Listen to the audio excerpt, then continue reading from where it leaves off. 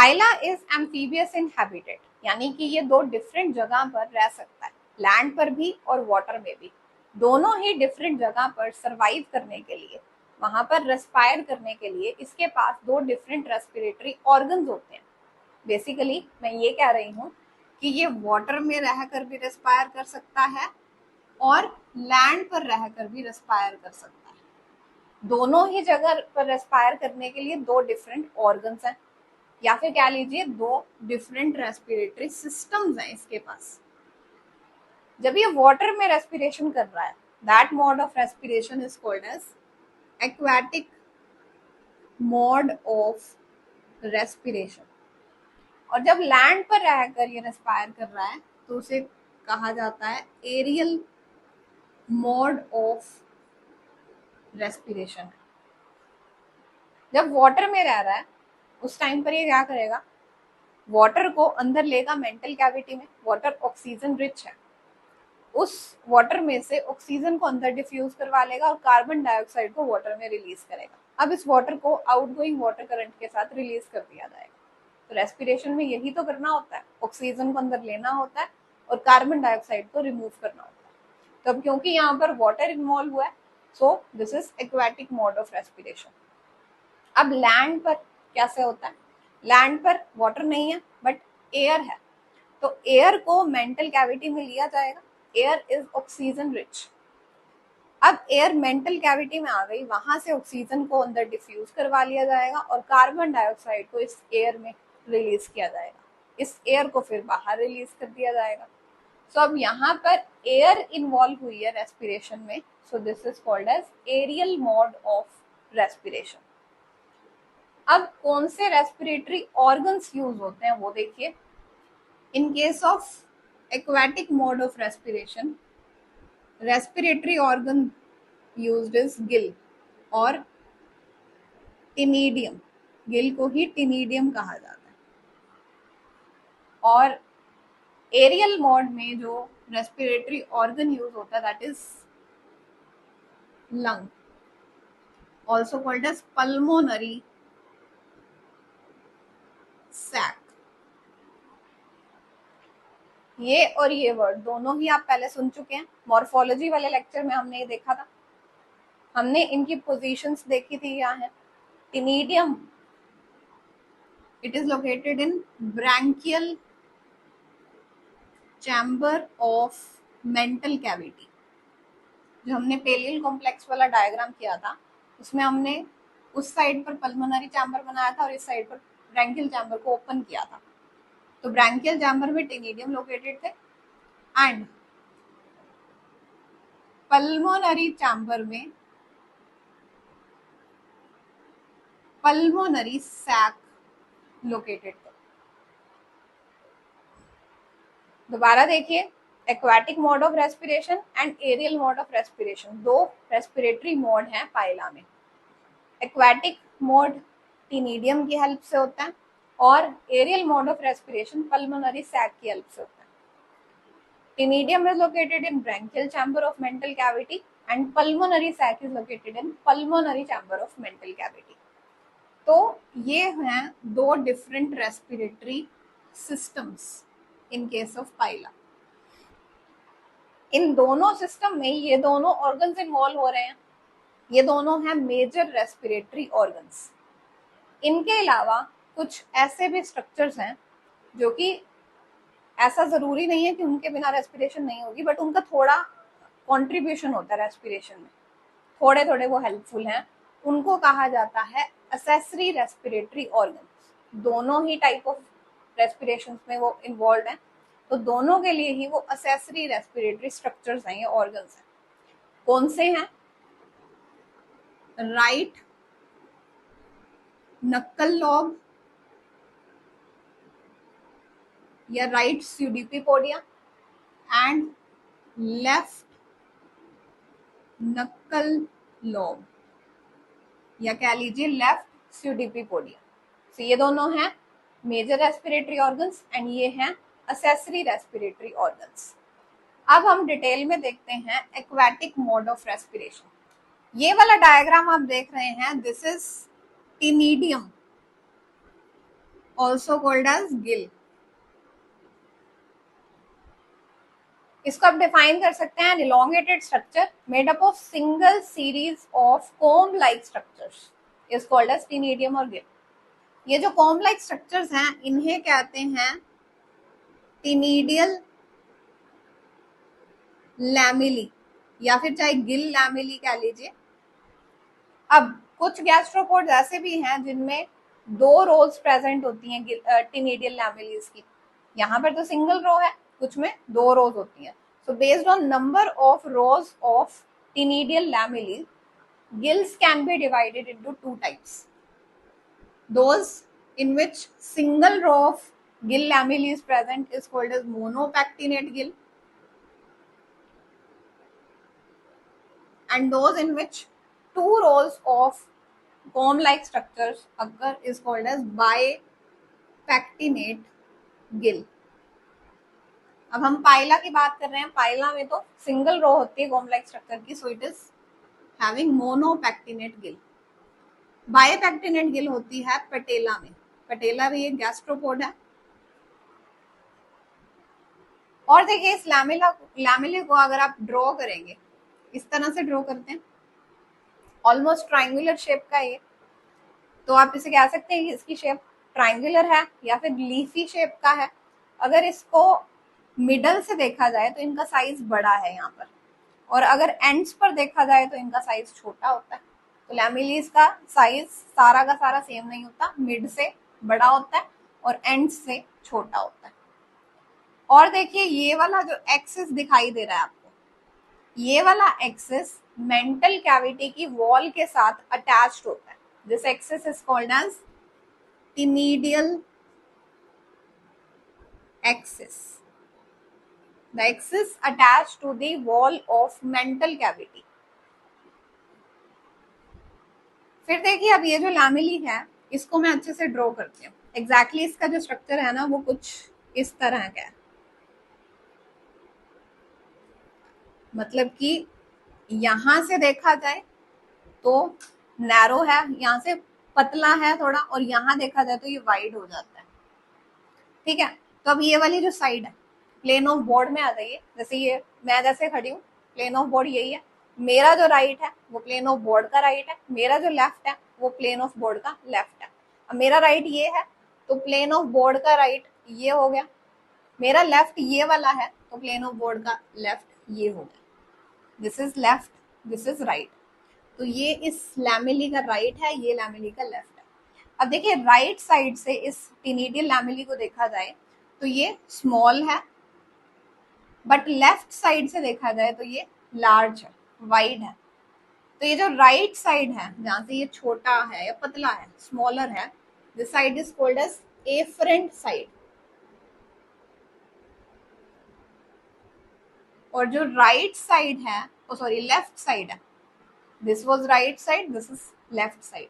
Left side से ये wide होता है, this side is called as efferent side of ctenidial lamellae. अब नेक्स्ट आ जाइए इस डायग्राम पर। मान लीजिए हमने इस एक लैमिली को उठाकर जूम करके देखा, इतने पार्ट को जूम किया। इतने पार्ट में क्या क्या आ रहा है, ये टेनिडियल एक्सिस आ रहा है। टेनिडियल एक्सिस मेंटल कैविटी के वॉल के साथ यूनाइटेड होता है तो मेंटल कैविटी की वॉल भी आ जाएगी, और ये पूरा एक लैमिली आ गया। तो अब ये लैमिली ऐसे है जब इसे जूम करके देखा जाएगा। अब इसे लेबल करते हैं। देखिए यहाँ पर होगी मेंटल कैविटी की वॉल, मेंटल कैविटी की वॉल। ओके, ये जुड़ी होती है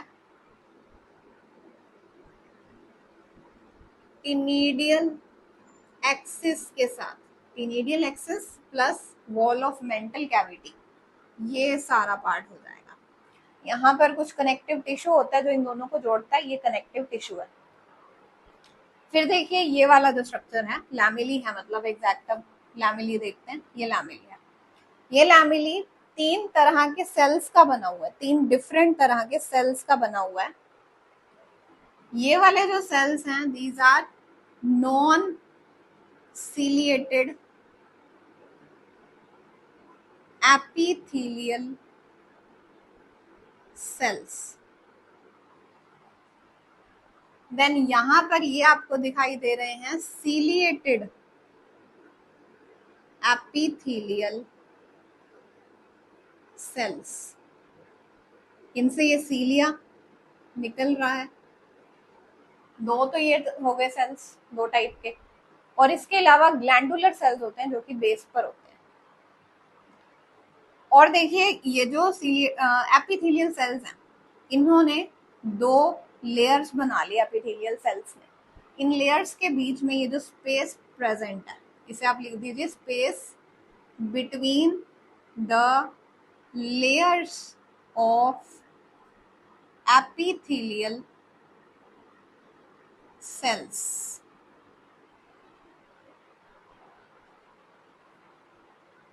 तो ये हो गया अब टिनिडियल लैमेली का डायग्राम। इसे आप बोल सकते हैं ट्रांसवर्स सेक्शन ऑफ टिनिडियल लैमेली। यहां से हमने इसको इतने पार्ट को, इसके ट्रांसफर सेक्शन को देखा। नेक्स्ट एक हेडिंग लिखिए मैकेनिज्म ऑफ एक्वाटिक रेस्पिरेशन। तो सबसे पहले क्या होता है, लेफ्ट नक्कल लोब एक्सटेंड होता है।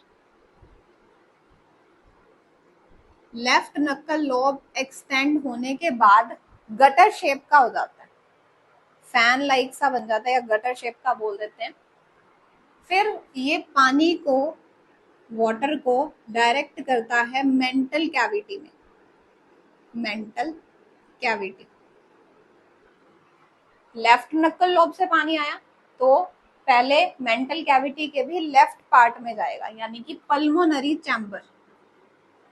पल्मोनरी चैम्बर, हर एक एरो के ऊपर आपने वाटर लिख देना क्योंकि वाटर का मूवमेंट ही शो हो रहा है।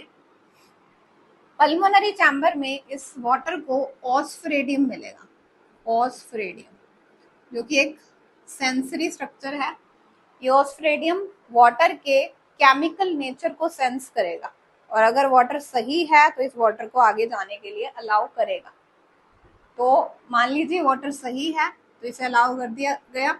वाटर अब जाएगा right part of mantle cavity में, यानी कि ब्रैंकियल चैम्बर। ब्रैंकियल चैम्बर में टिनिडियम होते हैं, टिनिडियम या गिल लोकेटेड होते हैं। तो अब गिल्स के जो सीलिया हैं, अभी जो हमने यहाँ पर डायग्राम देखा था उस पर सीलिया देखा ना, सीलिया की बीटिंग होगी तो वाटर की मूवमेंट होगी। और इसके अलावा मेंटल कैविटी में कुछ मसल्स प्रेजेंट होती हैं जो प्रोट्रूजन और रिट्रैक्शन करती हैं और जो वाटर है उसका मूवमेंट करवाती है। तो अब वाटर टिनिडियम के पास आ गया, यहाँ पर ऑक्सीजन को ले लिया जाएगा और कार्बन डाइऑक्साइड को वाटर में डाल दिया जाएगा। अब इस वाटर को राइट नक्कल लोब के पास लेकर जाया जाएगा। राइट नक्कल लोब, वहां से आउटगोइंग वाटर करंट के साथ पानी को भी बाहर निकाल दिया जाएगा। वाटर आउटसाइड निकाल दिया। This is the mechanism of aquatic respiration. अब नेक्स्ट हम देखते हैं एरियल मोड ऑफ रेस्पिरेशन। इसे समझने के लिए मैंने ये डायग्राम बनाया। ये डायग्राम अभी पूरा नहीं है, ये वही डायग्राम है जो मॉर्फोलॉजी में हमने एंड में किया था, पेलियल कॉम्प्लेक्स का डायग्राम। हमने क्या देखा था कि मेंटल कैविटी में जो लेफ्ट चैम्बर में ऑर्गन्स होते हैं उसे इस तरह से निकाल देंगे, राइट में ऑर्गन्स होते हैं उसे यहाँ निकाल दिया जाता है। तो पूरा जो अंदर कॉम्प्लेक्स लोकेटेड है, सभी ऑर्गन्स कलेक्टिवली पेलियल कॉम्प्लेक्स बोलते हैं, उन्हें निकाल कर हमने पढ़ा था। अब यहाँ पर जो यूज होने वाला है वो सिर्फ left chamber of mantle cavity का एक ऑर्गन है, दैट इज पल्मोनरी सैक। आपको इस लेक्चर की स्टार्टिंग में मैं बता चुकी हूँ कि एरियल मोड ऑफ रेस्पिरेशन में मेजर रेस्पिरेटरी ऑर्गन होता है pulmonary sac. This one is pulmonary sac. ये बैग लाइक स्ट्रक्चर है, बैग लाइक स्ट्रक्चर। ये सैक, ये वाला सैक दो वॉल से गार्डेड होता है या दो फ्लैप से गार्डेड होता है, लेफ्ट एंड राइट। जो लेफ्ट वाला फ्लैप है वो राइट वाले फ्लैप को कवर करके रखता है जब एरियल रेस्पिरेशन चल नहीं रही होती, मतलब जब ये पानी में है उस टाइम पर इसे बंद करके रखता है। बट जब इसने लैंड पर आना है, उस टाइम पर एयर को रेस्पायर करना है, तब ये लेफ्ट वाला वॉल्व हट जाता है और एयर को अंदर यहाँ पर भरा जाता है। तो ये वाला जो पूरा सैक है फिल हो जाता है। तो एक बैग लाइक स्ट्रक्चर है जो कि left part of mantle cavity में लोकेटेड है, मतलब कि पल्मोनरी चैम्बर में लोकेटेड है। अब देखिए मैकेनिज्म ऑफ एरियल रेस्पिरेशन। सबसे पहले यूज होगा असेसरी रेस्पिरेटरी ऑर्गन, जो एक्वाटिक मोड ऑफ रेस्पिरेशन में भी यूज हुआ था, दैट इज लेफ्ट नक्कल लॉब। लेफ्ट नक्कल लॉब एक्सटेंड होगा जब पाइला वाटर सरफेस के पास आएगा, मतलब लैंड रीजन में आ जाएगा, उस टाइम पर ये एक्सटेंड होगा और अब ये साइफन जैसा बन जाएगा, मतलब ट्यूबुलर बन जाएगा। ये समझ लीजिए कि यहाँ से एक ऐसे ट्यूब निकली, उस ट्यूब से एयर को अंदर लिया जाएगा। अंदर लिया कहाँ पर? अब यहाँ पर ये जो एरो है इसके ऊपर आप एयर लिखेंगे, वाटर नहीं। इस एयर को मेंटल कैविटी के लेफ्ट चैम्बर में लिया, पल्मोनरी चैम्बर में लिया। यहां पर एयर गई पल्मोनरी सैक के अंदर। अब अगेन मेंटल कैविटी में मसल्स होती हैं जो अप एंड डाउन थोड़ा सा मूव करके, चाहे वाटर हो चाहे एयर हो, उसको मूव करवाती हैं। तो एयर फर्दर पल्मोनरी सैक में गई, पल्मोनरी सैक को फिल कर दिया, फिर यहाँ से ऑक्सीजन को एक्सचेंज कर लिया जाएगा अंदर, कार्बन डाइऑक्साइड को इस एयर में दे दिया जाएगा। और यहाँ इस टाइम पर जो एपिटीनिया है, एपिटीनिया यहाँ पर एक स्मॉल नैरो रिज होता है, स्मॉल नहीं कहेंगे, narrow tubular ridge is present here. ये जो एपिटीनिया है ये पुश होगा। क्यों पुश होगा? ताकि जो ब्रैंकियल चैम्बर है उसको ये बंद कर सके। अब ब्रैंकियल चैम्बर का कोई काम नहीं है एरियल मोड ऑफ रेस्पिरेशन में, जब पाइला लैंड पर होगा, मतलब उस टाइम पर। तो ये एपिटीनिया ब्रैंकियल चैम्बर को बंद कर देगा, सिर्फ पल्मोनरी चैम्बर, अब पल्मोनरी चैम्बर में भी पल्मोनरी सैक काम कर रहा होगा।